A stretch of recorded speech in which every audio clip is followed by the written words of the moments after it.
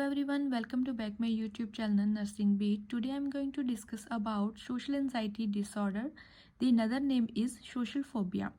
आज हम डिस्कस करेंगे सोशल एंजाइटी डिसऑर्डर के बारे में कि सोशल एंजाइटी डिसऑर्डर क्या होता है। सोशल का मीन्स होता है सोसाइटी, एंजाइटी मीन्स डर और डिसऑर्डर मीन्स डिसीज़। कि पेशेंट को इसमें साइकेट्रिक डिसऑर्डर भी कह सकते हैं। कि सोशल एंजाइटी डिसऑर्डर होता है, इसमें पेशेंट को सोसाइटी में क्या होता है, अनकंफर्टेबल फील होता है। इसमें हम इसके टाइप्स के बारे में डिस्कस करेंगे, पॉजिटिव फैक्टर और sign and symptoms, and last में इसकी मैनेजमेंट कैसे कर सकते हैं अगर किसी को सोशल एंजाइटी डिसऑर्डर है। Firstly, its definition, social anxiety disorder also known as social phobia. इसको जो हम इसकी अनदर फॉर्म में सोशल फोबिया भी बोल सकते हैं। मीन्स पेशेंट को सोसाइटी में जो पीपल होते हैं वो उसमें उसको अनकंफर्टेबल फील होता है, फोबिया होता है। फोबिया का मतलब होता है डर। Involve intense fear of certain situation, इसमें क्या होता है कि पेशेंट को बहुत ज़्यादा सोशल सिचुएशन में क्या होता है, अनकंफर्टेबल फील होता है। मीन्स उसमें पेशेंट को काफ़ी ज़्यादा डर लगता है। Specially situation that are unfamiliar और in which you feel you will be watched और इवेलुएटेड बाय अदर। समटाइम क्या होता है कि हम जब एंजाइटी फील करते हैं, डिप्रेशन लाइक सिचुएशन होती है, काफ़ी ज़्यादा इंटेंस फियर फील करते हैं, अनकंफर्टेबल फील करते हैं। समटाइम क्या होता है कि हम अपने आप को जज नहीं कर पाते। जो दूसरे होते हैं, दूसरे पीपल होते हैं हमारे साथ जो होते हैं, बैचमेट हो गए, कुछ भी जो हमारे साथ रहते हैं, वो क्या करते हैं, हमें इवेलुएट करते हैं कि वो कौन कौन सी हमारे जो साइन एंड सिम्टम्स होंगे वो हम नेक्स्ट में पढ़ेंगे। कि हमारे साइन एंड सिम्टम्स से वो जज कर सकते हैं कि आपको फोबिया की प्रॉब्लम है, सोशल एंजाइटी डिसऑर्डर है। इसमें पेशेंट को पब्लिक स्पीच फियर होता है, जैसे काफ़ी जैसे गैदरिंग हो उसमें पेशेंट को फियर फील हो सकता है, मीन्स डर लग सकता है। Meeting with other people, like जैसे हम किसी इंटरव्यू में जाते हैं, अपनी किसी इंटरव्यू में हमें इवैल्यूएशन हो रही होती है हमारी इंटरव्यू में, तो उस दौरान क्या होता है कि हमें फोबिया होता है, अनकंफर्टेबल फील होता है। उस कंडीशन को भी हम कह सकते हैं कि पेशेंट को सोशल एंजाइटी डिसऑर्डर है। Now I am going to discuss about social anxiety disorder chain. कि सोशल एंजाइटी जब पेशेंट को काफ़ी ज़्यादा एंजाइटी होती है, वर्स मीन्स इंटेंस एंजाइटी होती है पेशेंट को, तो वो कैसे एक चेन में होती है। किसी ट्राइगर के कारण अगर पेशेंट को कोई फियर है, मीन्स किसी चीज़ के कारण, जैसे अनकंफर्टेबल फील कर रहा है पेशेंट ड्यूरिंग इंटरव्यू एंड किसी अदर पेशेंट के साथ वो अनकंफर्टेबल फील करता है, तो पेशेंट को डर लग सकता है। किसी स्पेसिफिक थिंग्स के साथ पेशेंट को डर लग सकता है। कई बार क्या होता है किसी को नाइट टाइम डर लगता है, तो वो कंडीशन काफ़ी क्या होती है, इंटेंसली हो जाती है। मीन्स बहुत ज़्यादा वर्स कर जाती है पेशेंट को। उसके साथ पेशेंट को स्ट्रेस फील होता है। स्ट्रेस के साथ पेशेंट को बहुत ज़्यादा टेंशन हो जाती है, वरी रहता है पेशेंट, और पेशेंट को उसके साथ एंजाइटी फील हो सकती है। तो इस कंडीशन को हम बोल सकते हैं कि पेशेंट को सोशल एंजाइटी डिसऑर्डर जो होता है वो एक चेन के थ्रू होता है। Now I am going to discuss about causative factor of social anxiety disorder. Social anxiety disorder जो होता है उसके कौन कौन से पॉजिटिव फैक्टर हैं, किसके कारण पेशेंट को सोशल एंजाइटी डिसऑर्डर हुआ है, उसके बारे में हम डिस्कस करेंगे। एक्सपीरियंसेस कॉजेज, अगर पेशेंट को किसी प्रीवियस कोई एक्सपीरियंस है पेशेंट का, जैसे पास्ट एक्सपीरियंस हो, क्या उसके कोई फैमिली में कन्फ्लिक्ट हुआ हो, उसको किसी ने रिजेक्ट किया हो, उस कंडीशन के कारण भी पेशेंट को सोशल एंजाइटी डिसऑर्डर हो सकता है।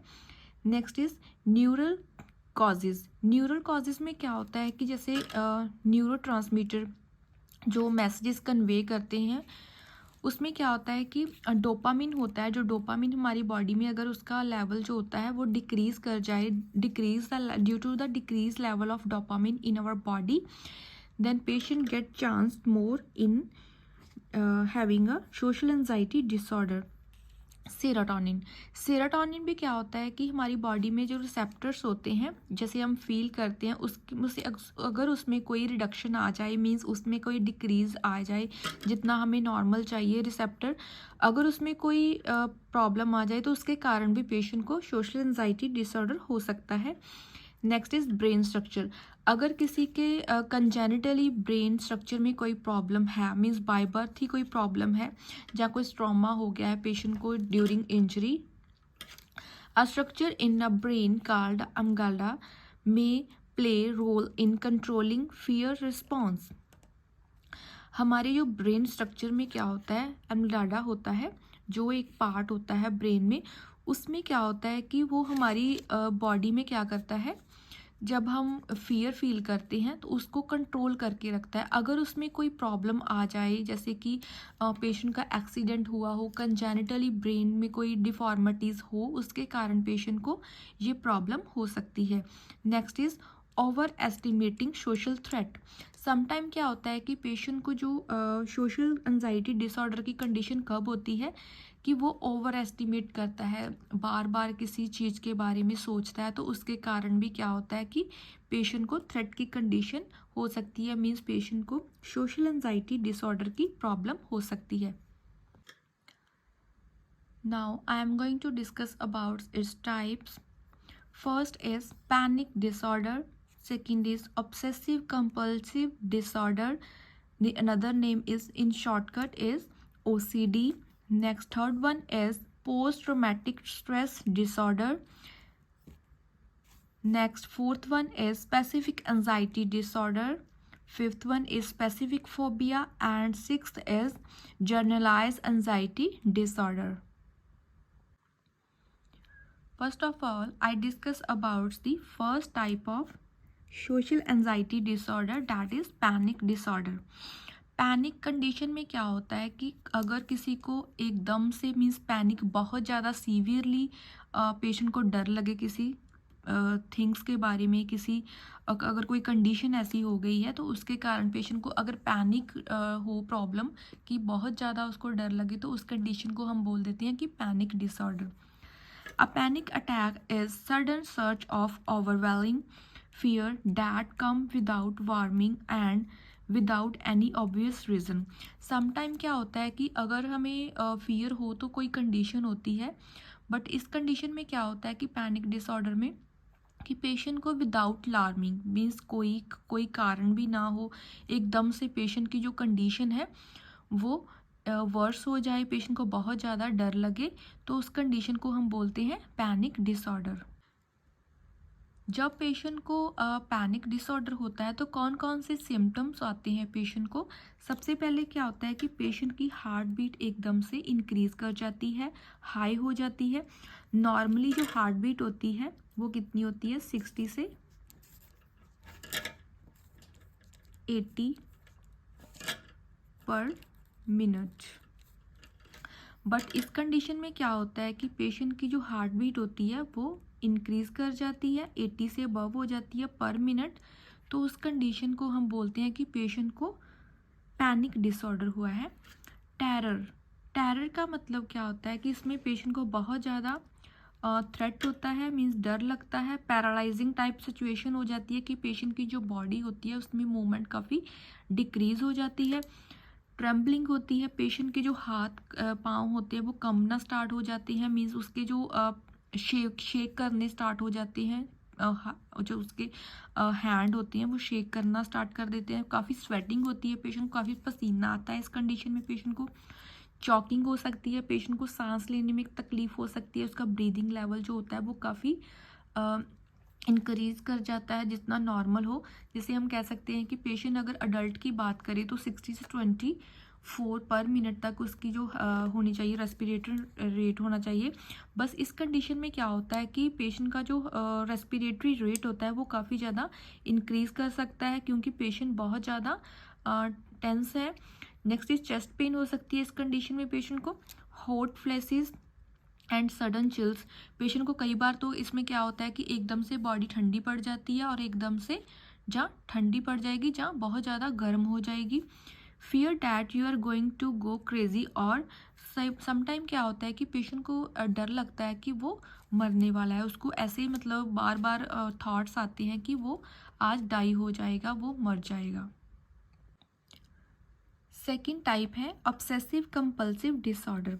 ऑब्सेसिव का मतलब होता है कि बार बार अगर किसी पेशेंट को थ्रेट हो रहा है, इंटेंस फियर हो रहा है, मीन्स उस कंडीशन को क्या करता है, वो बार बार करता है, उस कंडीशन को बोलते हैं obsessive compulsive disorder. The another name is OCD. OCD is uncomfortable, unwanted thought and repetitive ritual behavior you feel compelled to perform.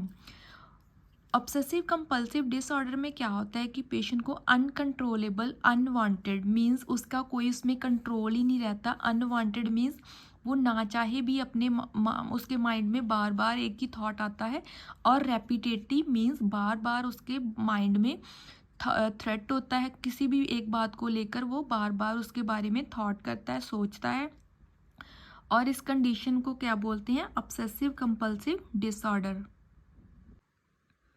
Obsessive compulsive disorder को हम बोल सकते हैं कि पेशेंट को बार बार इसमें अर्ज होती है, बार बार वो थिंक करता है, रेपिटेशन बिहेवियर होता है। तो कौन कौन से कह सकते हैं कि कौन कौन से एग्जाम्पल्स हैं जिसमें पेशेंट को हम कह सकते हैं कि उसको OCD की प्रॉब्लम है। जैसे पेशेंट क्या करता है, इसमें बार बार अपने हाथ धोई जाता है, अनहाइजीनिक कंडीशन लगती है उसको, चेक करता है बार बार किसी चीज़ को, डाउटफुली रहता है, काउंटिंग करी जाता है, अरेंजेस करी जाता है। जितने भी ये कैटेगरीज हैं ये आते हैं ऑब्सेसिव कंपल्सिव डिसऑर्डर में। Third one is post traumatic stress disorder. It is an anxiety problem that develops in patients after extremely traumatic events such as cobalt, crime, an accident or natural disaster. Post traumatic stress disorder में क्या होता है कि patient को अगर कोई traumatic injury हुई है, फॉर एग्जांपल कि पेशेंट ने कोई क्राइम किया है, जहाँ उसने कोई क्राइम देखा है, जहाँ सडनली उसने एक्सीडेंट हुआ है किसी के साथ, और नेचुरल डिज़ास्टर हुए हैं जैसे अर्थक्वेक आया उसने खुद देखा है, जहाँ वो कोई न्यूज़ देखता है, काफ़ी एमरजेंसी कंडीशन देखता है, तो उसमें वो काफ़ी ज़्यादा क्या हो जाता है, ट्रबल हो जाता है। किसी कंडीशन के बाद अगर किसी को कोई प्रॉब्लम हो तो उसको बोलते हैं post traumatic stress disorder. Next is phobia. Phobia is an irrational or excessive fear of object or situation in which most cases the phobia involve a sense of endangerment or fear of harm. Phobia में क्या होता है कि एक irrational means जिसका कोई कारण ना हो, एक्सेसिव फियर होता है किसी ऑब्जेक्ट से, किसी पेशेंट को सिचुएशन से, जहाँ किसी ऑब्जेक्ट के साथ पेशेंट को काफ़ी ज़्यादा फोबिया हो, तो उस कंडीशन को हम बोलते हैं कि पेशेंट को फोबिया हुआ है किसी कंडीशन में और किसी सिचुएशन में। नेक्स्टली अगर हम बात करें फोबिया के टाइप्स के बारे में, तो फर्स्ट टाइप कौन सी है, सोशल फोबिया. जैसे किसी सोशल सिचुएशन के साथ पेशेंट को फियर हो तो उस कंडीशन को बोलते हैं social phobia. Next is agoraphobia. Agoraphobia होता है किसी सिचुएशन, किसी कोई ऐसी डरावनी कोई जगह हो, जिसकी सिचुएशन हो, प्लेस हो, उसके साथ पेशेंट को फियर हो तो उस कंडीशन को बोलते हैं agoraphobia. Next is specific phobia. Specific phobia को कह सकते हैं कि अगर किसी स्पेसिफिक ऑब्जेक्ट के साथ पेशेंट को फोबिया हो तो उस कंडीशन को बोलते हैं specific phobia. Specific phobia a marked persistence fear of a clearly discernible circumstances, object or situation. Specific phobia में क्या होता है कि एक स्पेसिफिक मीन्स कंडीशन हो, सिचुएशन हो, कोई ऑब्जेक्ट हो, उसके साथ अगर पेशेंट को फोबिया हो, डर लगे, फियर हो, तो उस कंडीशन को बोलते हैं specific phobia. Next is major type of specific phobia. कौन कौन से टाइप्स होते हैं जिसमें पेशेंट को स्पेसिफिक फोबिया हो. जैसे नेचुरल इन्वायरमेंट से अगर किसी को जैसे कोई नेचुरल डिजास्टर हुआ है, इमरजेंसी कंडीशन जैसे अर्थक्वेक, फॉर एग्जांपल अर्थक्वेक, उस कंडीशन में पेशेंट को फोबिया हो सकता है. Next is animal. किसी स्पेसिफिक एनिमल से, जैसे स्नेक्स के साथ काफ़ी फियर रहता है किसी को. मेडिकल कंडीशन में हो सकता है, जैसे कि कोई सफ़र किया हो किसी ने किसी डिसीज़ कंडीशन में, तो वो काफ़ी ज़्यादा फियर में रहता है हॉस्पिटल जाने में. सिचुएशनल, किसी सिचुएशन से डील किया हो अगर किसी ने, तो उसके साथ भी पेशेंट को स्पेसिफिक फोबिया हो सकता है. Now I am going to discuss about this sign and symptoms. Physical symptoms. Physical symptoms में पेशेंट को ब्लूशिंग हो सकती है, उसकी जो स्किन का कलर होता है वो डिस्कलरेस हो सकता है। डिस्कलरेशन का मीनिंग क्या होता है कि जो बॉडी का एक्चुअल में कलर होता है वो चेंज हो जाता है। नॉजिया फील होगा अगर पेशेंट काफ़ी ज़्यादा सीवियर टेंशन में रहेगा, फियर में रहेगा, तो पेशेंट को नॉजिया फील हो सकता है। मीन्स उसको वॉमिटिंग लाइक सिचुएशन हो सकती है कि उसको वॉमिट फील हो सकती है इस कंडीशन में। एक्सेसिव स्वेटिंग होगी, पेशेंट को काफ़ी ज़्यादा परसिस्टेंटली पसीना आ सकता है इसमें पेशेंट को। शेकिंग, उसकी जो हैंड्स होते हैं, आर्म्स वगैरह, उसकी जो एक्सट्रीमिटीज़ होती हैं वो शेक करने लग पड़ेगी। डिफ़िकल्टी स्पीकिंग, उसको बोलने में दिक्कत आ सकती है। डिजीनेस हो सकता है, पेशेंट को चक्कर आ सकते हैं। और पेशेंट का जो हार्ट रेट होता है वो काफ़ी ज़्यादा इंक्रीज कर सकता है। Next is psychosocial symptoms. Worrying intense about social situation की पेशेंट अगर सोसाइटी की बात करें, सोशल सिम्टम्स की बात करें, तो इस कंडीशन में क्या होता है कि पेशेंट जो होता है वो काफ़ी ज़्यादा वरी रहता है, इंटेंसली वरी रहता है सोशल सिचुएशन में। वो किसी गैदरिंग में, किसी मीटिंग में, किसी के साथ मीटिंग करने में काफ़ी अनकंफर्टेबल फील कर सकता है। एम्बैरसिंग हो सकती है उसको अपने आप में। Next is needing a drink to face a social problem. उसको काफ़ी ज़्यादा प्रॉब्लम हो सकती है जब वो सोशल सिचुएशन को फेस करेगा। मिसिंग स्कूल, वो अपना स्कूल मिस करेगा। होम प्लेस जो होती है जहाँ पर वो काम करता है, वर्क प्लेस होती है, उसमें काफ़ी ज़्यादा उसको एनजाइटी फील होगी, वो मिस करेगा। तो इस कंडीशन में हम कह सकते हैं कि पेशेंट को सोशल एनजाइटी डिसऑर्डर की प्रॉब्लम है। Next is emotional and behaviour symptoms. Emotional means जो हमारे इमोशंस होते हैं उसमें आ सकता है फियर ऑफ सिचुएशन। किसी सिचुएशन की उसको फियर हो तो उस कंडीशन में भी ये वाले सिम्टम्स हो सकते हैं। Fear that other will notice that you look anxious. इसमें हो सकता है कि जो अपने आप तो हम फील नहीं करते, हमारी जो कंडीशन हो रही है, दूसरा जो पर्सन होता है वो हमें नोटिस कर सकता है हमारे एंशियस लुक को। अवॉइडिंग डूइंग थिंग्स और speaking to people out of the fear embarrassment, कि अवॉइड करेगा वो, जो जिस कंडीशन में वो फियर, अगर उसको फियर हो रहा है तो वो बोलने से अवॉइड करेगा दूसरे पीपल से। डिफ़िकल्टी मेकिंग आई कंटेक्ट, उसको काफ़ी ज़्यादा प्रॉब्लम हो सकती है, जैसे कि वो किसी मीटिंग में जाएगा, किसी के साथ बात करेगा, कम्युनिकेट करेगा, तो उसमें काफ़ी ज़्यादा आई टू आई कंटेक्ट होता है जो उसको बनाने में काफ़ी ज़्यादा डिफ़िकल्टी हो सकती है। डिफ़िकल्टी टॉक, उसको बात करने में, किसी के साथ कम्युनिकेट करने में काफ़ी ज़्यादा डिफ़िकल्टी हो सकती है, मीन्स प्रॉब्लम हो सकती है। अगर किसी को सोशल एंजाइटी डिसऑर्डर है तो हम कौन कौन सी थेरेपीज़ के साथ पेशेंट की जो फियर, इंटेंस फियर हो रहा है पेशेंट को किसी पर्टिकुलर सिचुएशन या किसी ऑब्जेक्ट्स को लेकर, तो हम कैसे उसका जो लेवल होता है इंटेंसली, उसको जो फियर हो रहा है किसी पास्ट एक्सपीरियंस के साथ, जो हो रहा है प्रॉब्लम, स्पेसिफिक फोबिया हो रहा है, उसको हम कैसे उसके साथ डील कर सकते हैं, इसके बारे में हम थेरेपीज़ में डिस्कस करेंगे। First one is cognitive behavior therapy, family therapy, exposure therapy, group therapy and home treatment. Cognitive behaviour therapy में पेशेंट का जो बिहेवियर है उसको हम अंडरस्टैंड करने की कोशिश करेंगे, उसको कम्युनिकेट करने की, उसके साथ हम बहुत ज़्यादा जो टाइम है वो स्पेंड करेंगे, उसका जो उसका फियर है उसको एक्सपोज करेंगे। Next is family therapy. इस फैमिली थेरेपी में उसकी जो फैमिली होती है वो काफ़ी ज़्यादा इन्वॉल्वमेंट करनी चाहिए। वो अगर बातचीत करेगा अपनी फैमिली के साथ, अपनी जो प्रॉब्लम है उसको बाहर निकालेगा, तो उसके साथ काफ़ी ज़्यादा प्रॉब्लम जो होती है ठीक हो सकती है।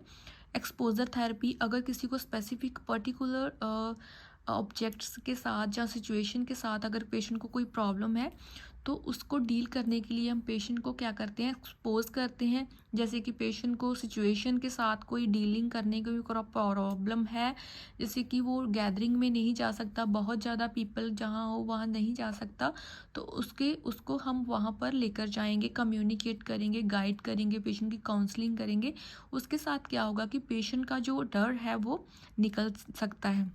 ग्रुप थेरेपी, इसमें मोस्टली क्या होता है कि जो सोशल एंजाइटी डिसऑर्डर वाला पर्सन होता है, पेशेंट होता है, उसको काफ़ी ज़्यादा प्रॉब्लम होती है कि वो ग्रुप में नहीं जा सकता, हम उसमें उसमें क्या करेंगे, ग्रुप इन्वॉल्व करेंगे। काफ़ी ज़्यादा इसमें क्या होता है कि पीपल होंगे, ताकि वो जो अपना डर है वो निकाल सके। होम ट्रीटमेंट करेंगे, उसको कंफर्टेबल पोजीशंस दे सकते हैं इसमें हम पेशेंट को। काउंसलिंग करेंगे, पेशेंट की गुड इन्वायरमेंट प्रोवाइड कर सकते हैं पेशेंट को। और जिसके साथ पेशेंट को प्रॉब्लम हुई है, स्पेसिफिक पर्टिकुलर कोई ऑब्जेक्ट है, इन्वायरमेंट है, जहाँ स्पेसिफिक कोई सिचुएशन है, जैसे कि किसी एनिमल के साथ पेशेंट को प्रॉब्लम है, नेचुरल डिज़ास्टर हुआ हो, किसी उसके पास एक्सपीरियंस में कोई बात हो, तो हम पेशेंट के साथ उसके जो प्रॉब्लम है वो डिस्कस करेंगे, ताकि पेशेंट हमें बता सके कि उसको कौन सी प्रॉब्लम है। So guys, it's all about my topic, social anxiety disorder. I hope you understood my topic. Thank you so much.